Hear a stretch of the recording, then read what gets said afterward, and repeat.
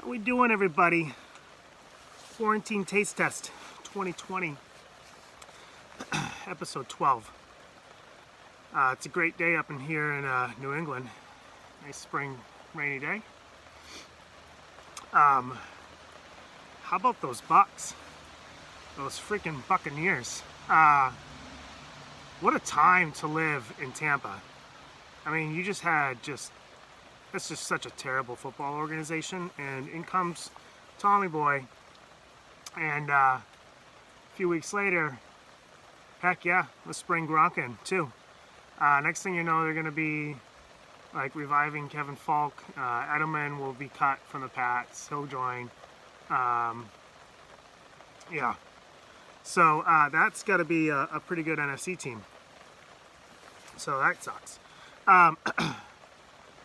Today we're going to do something a little different. We're still going to do head-to-head. I changed up the scenario here, the situation. Still got the fire going.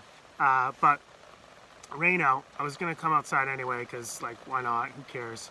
We're quarantined, so I'll get any fresh breath air I can get. But we're going to do something a little bit different. We're going to do red wine for two reasons. One, it's just a great white red wine day today. Two, I'm cooking some roasted pork tenderloin, and this red wine specifically goes good with that. I gotta be careful. I got a makeshift table here. It's probably gonna spill over and break all these glasses. I should probably put this down first and then go with the wine. So we're going Pinot Noir tonight. We got Hobnob. It's actually pronounced Habnob, and then Bouchaine. We're going to talk about these wines in a second, but let's talk about Pinot. Pinot originated in France, so technically originated in old world. It's lighter bodied, so if you like a Chardonnay or white wine, and you wanted to try a red, this would be the wine to choose. Actually, it's pretty similar to Chardonnay in the sense that where Pinot Noir grows, that's where Chardonnay grows. Oftentimes, if you were growing a Pinot Noir, you would grow Chardonnay right next to it. Also, interestingly, Pinot Gris and Pinot Blanc are made from the same grape. They're just mutated. So if you like those wines and you wanted to try something like red, Pinot Noir would be your choice to try. Top three countries that produce Pinot Noir. First is France, obviously. Second's U.S., California. And then Germany, which is a little surprising. So, a couple things here. We're actually going to do why it's a little bit different is first time we're going to do Old World versus New World. The Hobnob is French, and the Bouchaine is Californian. Also, what's a little bit different is this is the first time we're going to do like moderate cheap wine versus expensive wine. Hobnob, I've had that before a long time ago, but it's like a $13 bottle of wine. It's $10 right now at the liquor store. Bouchaine, $17 on sale, $35 bottle of wine normally. When you go out to dinner, it's always two times like the retail rate.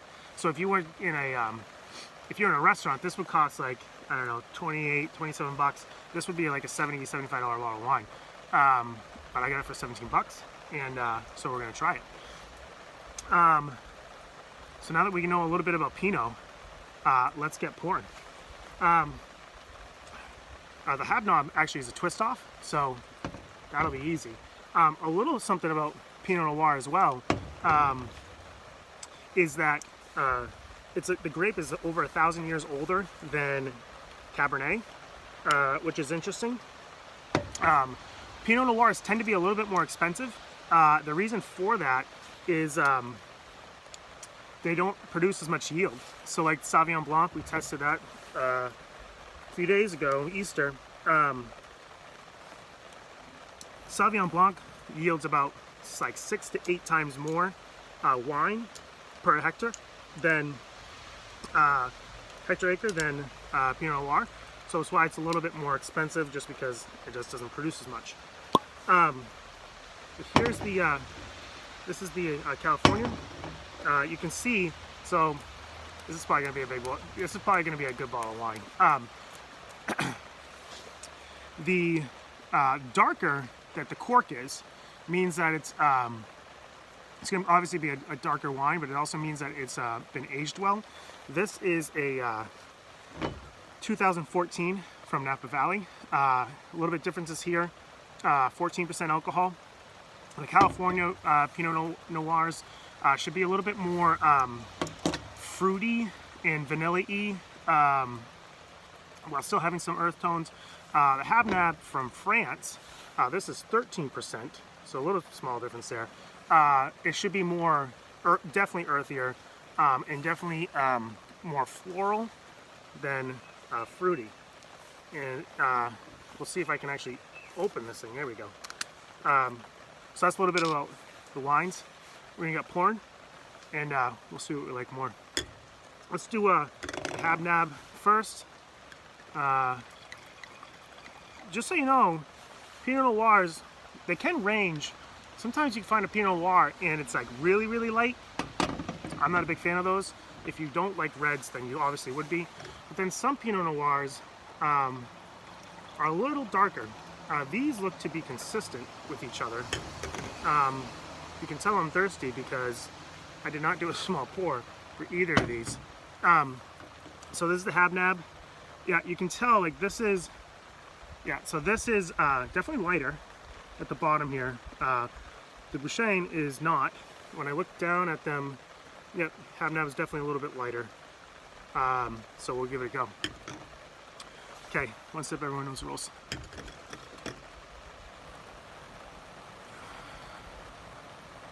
Yeah, it smells earthy. It smells, doesn't smell peppery. It smells like florally. It's like not a white wine, but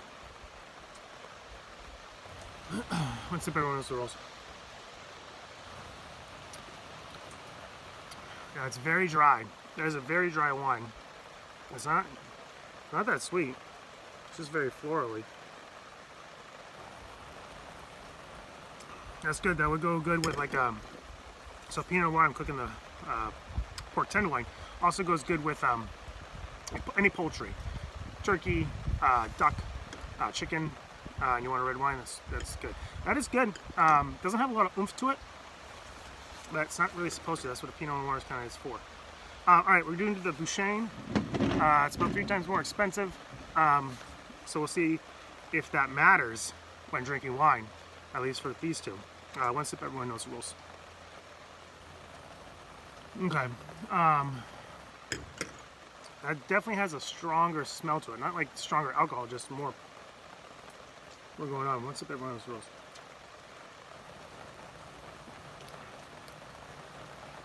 Okay. Okay. And you can even tell this is more like a maroon now that I look at it, then this is like a light red. This tastes much, it does taste better. The easiest way I can explain it is if you ever decanted wine before, it almost tastes like it's gone through a decanter, but didn't lose all the tannins like it sometimes does. This is just a little harsher. By the way, this isn't an indicator of anything, but I looked up the top choices for wine on the quarantine taste test, and it's at right now it's 8.2 for 7 deadly zins. So figure that out. Okay, Bouchaine. Getting wet here. I'm gonna go. I'm gonna go the Habnab at a good solid 6.9. I'm gonna go 6.9 because of Gronk, and then I'm also gonna go the Bouchaine. I'm gonna go 7.8. It's really good, but it's not better. For me, it's not better than the 7 Deadly Zins. So I'm gonna go 7.8. That's gonna be the wine of choice for a pork tenderloin tonight. I'm gonna leave you with what I would consider a good. It's a good driving song. It's definitely a good rain song. It's got a nice beat to it. I hope you guys enjoy your night. Stay dry, stay safe, and start watching those Brady to Gronk TD passes for memorabilia. We'll see ya.